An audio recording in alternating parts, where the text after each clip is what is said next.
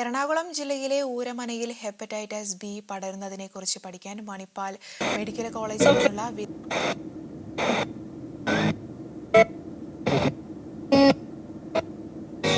വിദഗ്ധ സംഘം കൊച്ചിയിൽ എത്തി.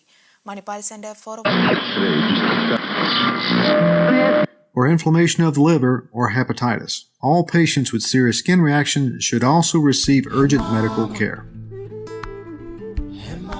Hepatitis is the new HIV.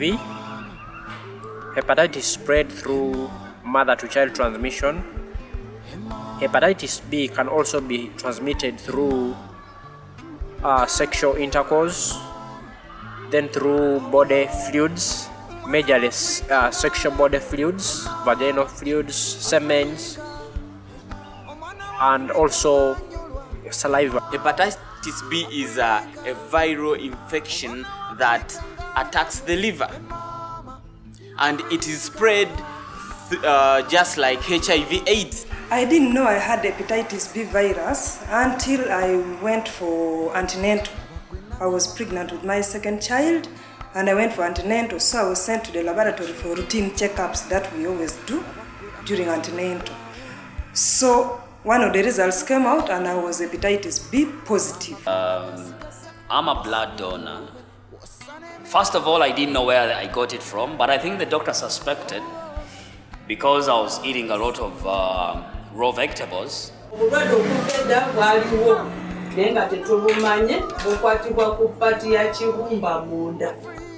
I actually have never met anyone that has hepatitis B. I think part of it is one of those, to me, it's one of those diseases that we eradicated because of the immunizations. Neither in Poland or in the United States I've heard of anyone actually having the disease. So I couldn't even tell you what, it sounds very ignorant, but I couldn't even tell you what the symptoms are. Yes, vaguely, not so much, but I've heard it's a disease that gets children and adults as well.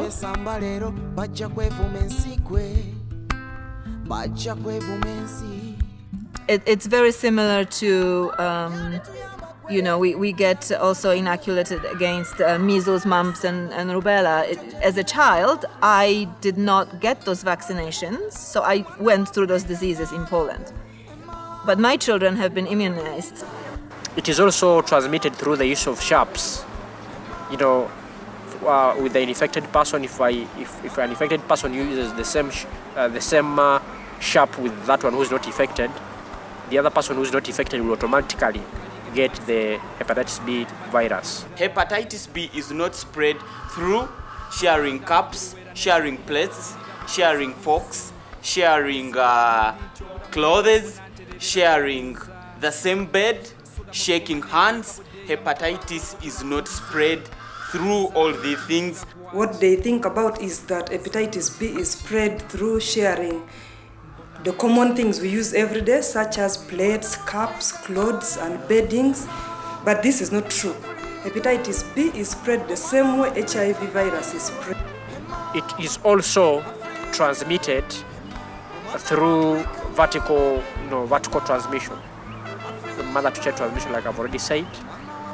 Perhaps she assumed that I could have gotten the transmission through eating a lot of raw vegetables. So that's why she told me that I should avoid eating raw vegetables, and in any case, if I really have to eat any vegetables, then they have to be cooked. To take a lot of fruits, because the fruits will actually help in repairing the liver cells. Take a lot of vegetables, do a lot of exercises, and stay away from stress. In New Zealand, I'm very pro-immunisation because I believe that if the major part of the population gets immunised, then the disease can be kept at its lowest. When we came here, we've adopted 3 Ugandan children. We decided to have them tested for hepatitis B, and they are clear. When you have a child in Poland or in the United States, and actually my children were both born in the US, so when you first have a child, you get a schedule of immunizations that are coming up for that child within the first year of their lives. And both hepatitis A and hepatitis B were on that list.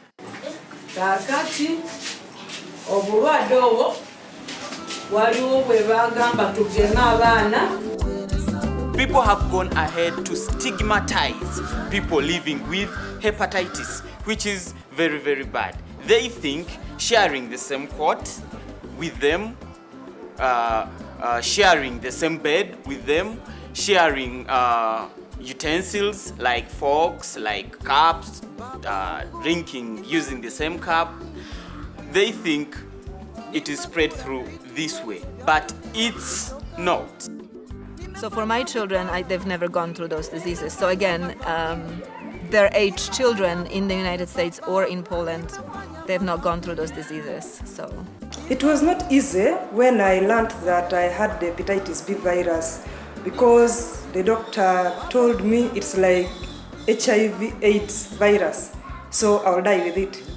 So I was confused, I was panicky, I felt all sorts of emotions. Then she referred me to a specialist, and when I went there, then we did a lot of tests, and Of course, I just laughed. At first, I thought maybe she was going to tell me maybe you are HIV/AIDS or something. So when she said hepatitis B, I mean, I just laughed it off. I was like, but I've never even heard of hepatitis B. I think it depends on where I lived, what I was doing, what I was involved in. Like I said, where I live in a compound. We do have neighbourhood children coming, but I supervise them. But I would immunise them if they were in a Ugandan school and they were playing with Ugandan children. I'm not being prejudiced, but if I didn't know the children, if those children had been immunised, then I'd be very careful. I have shared with a person infected with hepatitis B since 2006, since my senior 4. But since then, I have been testing time and again, and I have remained negative. I've had stories about children who get immunized for hepatitis B, and it triggers autism. I don't know if you know what autism is, but it's a learning disorder that we deal with in many schools today. And some people have a feeling that when their children get immunized with hepatitis B vaccine or whatever, it triggers autism.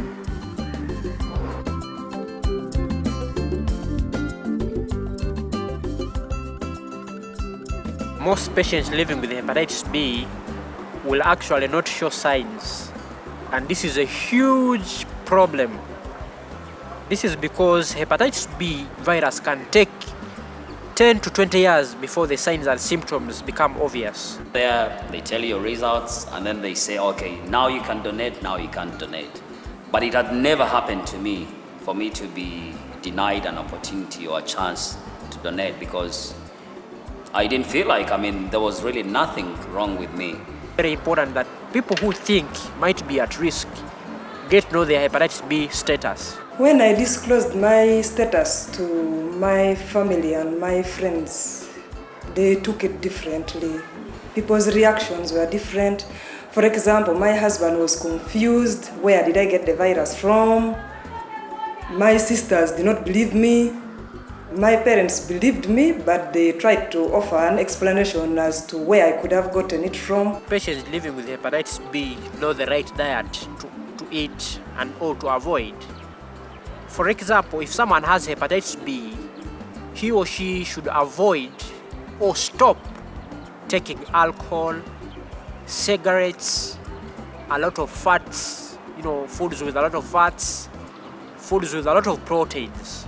After the 4-6 months I was given,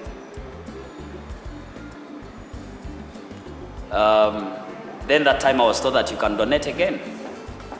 And then I asked, you sure? Yes, you don't have the hepatitis B. So I remember jubilating and jumping, so it was exciting. So since that time I've been donating, even today.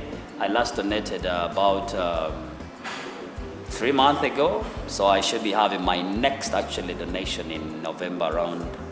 Oh, actually, it's right now, so I should be going for my next donation. So around Hepatitis B is not curable, but it is manageable. 1 over 10 people will always clear the infection, but still in others it remains in their blood but manageable, so that it cannot destroy the liver.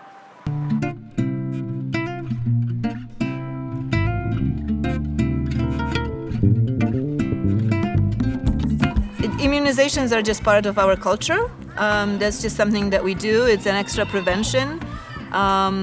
The chances of the child actually contracting hepatitis from the immunization are so incredibly small that I'd rather take that chance than risk them having the disease later in life.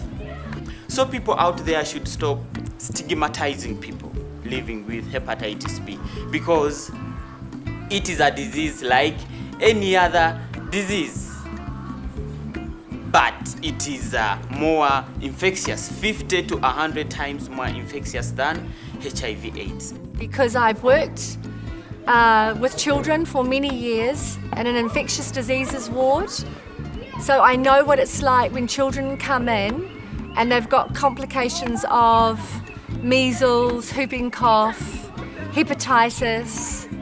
I've nursed children with meningitis who have died. So I'm very proactive with immunisations, especially in a country that has high population, that has poverty. When there's classrooms that have got 40, 50, 60 children in one classroom, I believe immunisation is really, really important.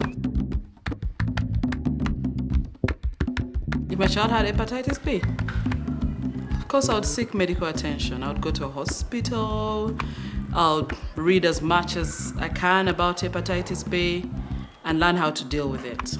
Well, I think first of all I would learn about the disease because, like I said, I don't know much about it. So I would do a lot of research and learn about the disease. Obviously go to the doctor. I would find support groups for parents with children who have hepatitis, or with individuals who live with hepatitis, and I would become part of that community.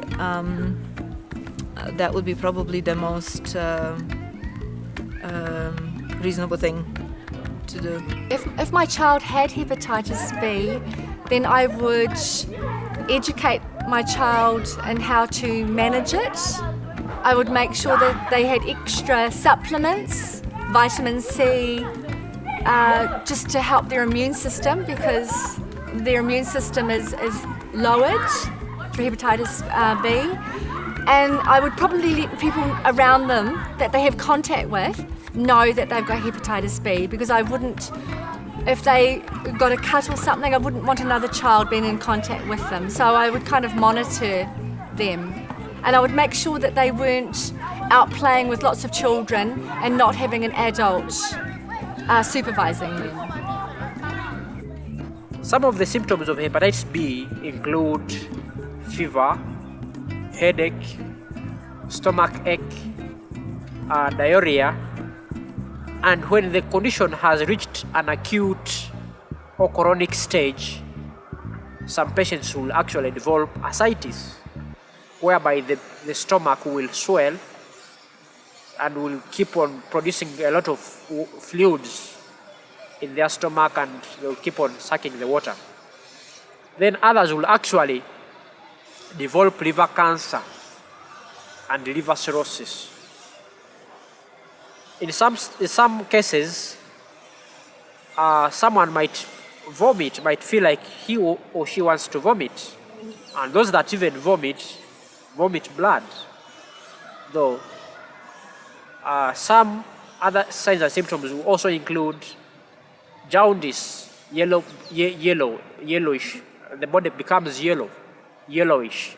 The eyes also become yellowish. So when we begin to suspect that someone has some of these signs and symptoms, it means someone might be having hepatitis B. But however, we can't rule out until we take out a test. If somebody has got AIDS and their immune system is compromised, whereas their immune system is down, their white cells, then you are more likely to be able to pick up an infectious disease like hepatitis, meningitis, whooping cough. And so I think it's really important that you are tested to find out whether you've got AIDS or hepatitis. And then you can build up your immune system. Everything gonna come from above. No matter the way we shake, everything gonna come from above. No matter the way we sink, everything gonna come from above. No matter the way we die. Bagenda kufulumiza biro ya sente oluusi ate sente nyingi kati tuba twagala omunaku asobola okuba ng'afunako ku treatment y'obwo obulwadde ku sente ntono z'aba alinawo. Depends, because at the moment I think hepatitis B is expensive. I've heard it's over 200,000, and for an average Ugandan, I don't think many Ugandans would immunize. I know it's cheaper in Nairobi, but still very few people fly to Nairobi. And also because people are not clear about hepatitis B. Very few people know about hepatitis B in Uganda. I think in other countries they do, but in Uganda, very few people know about it. And with worries that I've told you, it triggers many reactions. At least I've had a friend who had her child immunized, and they're autistic. And they had a rash.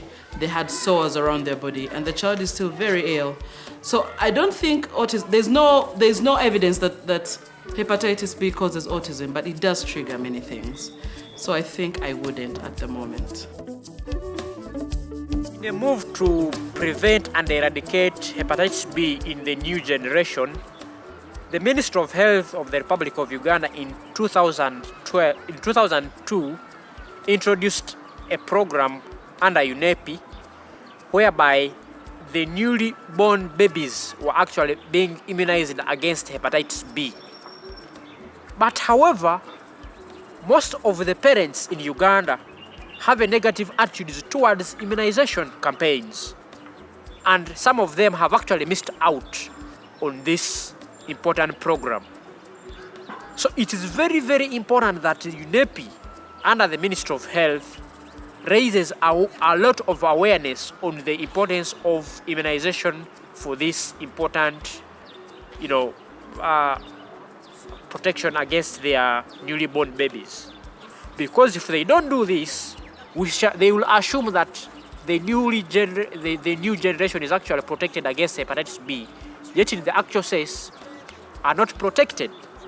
We therefore encourage all the parents outside there to take the initiative and the first step to actually take their children for all the immunization campaigns that the Ministry of Health is actually advocating for, so that the generation to come is protected against these illnesses that are easily prevented and eradicated. Yes, of course, I would. I would definitely take my kid to be immunized against hepatitis B because I think it's a killer disease. No bantu bakulu n'ababulina naye tutubumanye bulungi. Yatusaba gavumenti ekola ki? Tuweyo ku ddagala tugemesa abaana obwo obulwadde obwo obukwatagana n'ekibumbabunda. I will take my kid for immunization against hepatitis so that I protect them from maybe being attacked. Coming together as patients living with hepatitis B would give us a more visible and attention from stakeholders. So in 2011, we started the National Organization for People Living with Hepatitis B. The core activity for this organization was to give psychological support and counseling to the families and people living with hepatitis B. Through our advocacy, we have managed to actually got a lot of support from the World Hepatitis Alliance, which actually advocates for over 500 million people worldwide, where the national organization is a voting member. And this gives us the pride to actually do what we feel that the government of the Republic of Uganda should do when it comes to issues of hepatitis B in this country. Apparently, Uganda faces a double burden of hepatitis B disease or infection. The National Sero Survey of 2004 actually indicates that 10% of the Ugandan population is chronically affected with hepatitis B. That is close to more than 3 million Ugandans. Unfortunately, these people do not know that they have the infection. A few who get to know they have the infection get to know it when it is too late, when they are actually at their end stage. And at this end stage, less can be done to actually protect them or reverse the situation. So, there is need that government comes out clearly to address the issue of hepatitis B in this country. The National Sero Survey of 2004 also clearly showed that while HIV was afflicting 7% of the Ugandan population, 10% of the same population were actually living with hepatitis B. So we have a scenario of co-infection in Uganda, whereby co-infected patients need to be looked at as a vulnerable group, whereby treatment, counseling, testing, and social support are priorities in order for them to actually live longer. Hepatitis B has a lot of economic implications on the population because most of the people living with hepatitis B are between the age of 18 to 60, and this is a period of family responsibility and economic support to their families. So if we don't actually address the issue of hepatitis B today, we might face a very huge challenge in the future because it is very, very expensive for hepatitis B to be treated and investigated.